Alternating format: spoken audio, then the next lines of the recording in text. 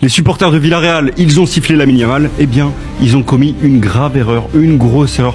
Parce que le gamin en retour, il se laisse pas faire Lamine Yamal. Il s'est vengé.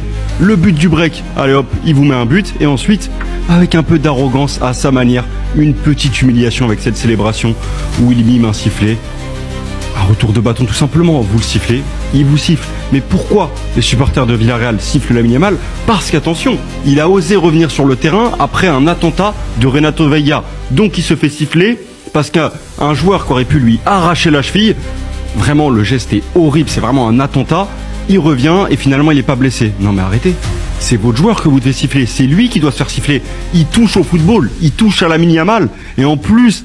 derrière, il bénéficie, on va dire, des sifflets contre celui qui l'a agressé. Je comprends pas, et je trouve ça scandaleux. Et moi, je suis totalement d'accord avec Lamine Yamal pour cette petite touche d'arrogance. Vous l'avez sifflé, allez hop, c'est fait, c'est comme ça.